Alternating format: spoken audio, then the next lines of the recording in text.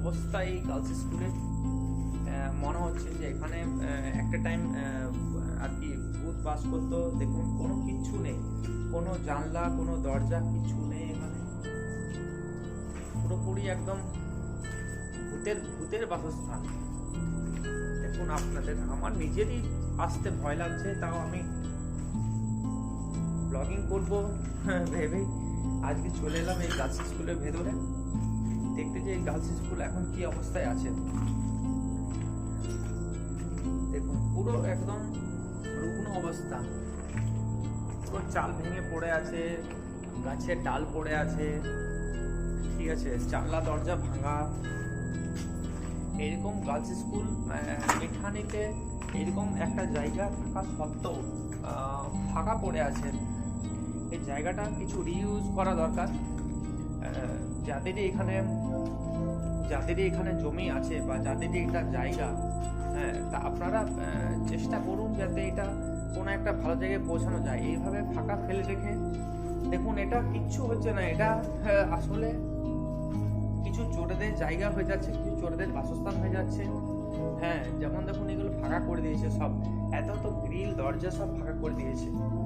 তো যদি আপনারা চেষ্টা করেন, করতেই পারেন যে এটা কোনো একটা ভালো জায়গায় নিজে এটাকে কিছু করানো।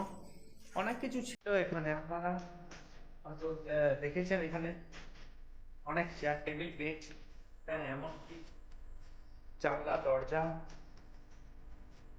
আলমারি কিচ্ছুটি নেই, শুধু ফাঁকা।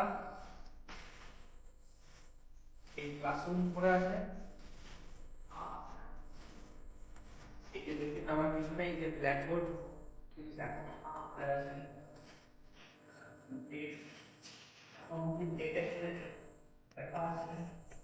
ব্ল্যাকবোর্ডটা একটু জীর্ণ হয়ে গেছে। তো যারা আমার যারা ভিডিও আপনারা দেখছেন, আমি আপনাদেরকে একটাই কথা বলতে চাই যে এই কিছু ব্যবস্থা করুন, এই গার্লস স্কুলটার ব্যাপারে কিছু ব্যবস্থা করুন। ঠিক আছে, পুরো খারাপ হয়ে গেছে,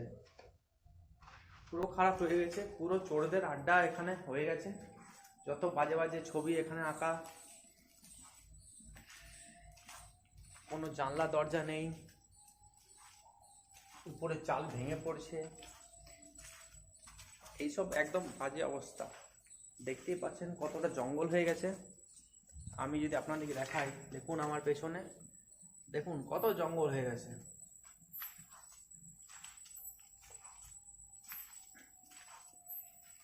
পুরো জানলা দরজা ফাঁকা।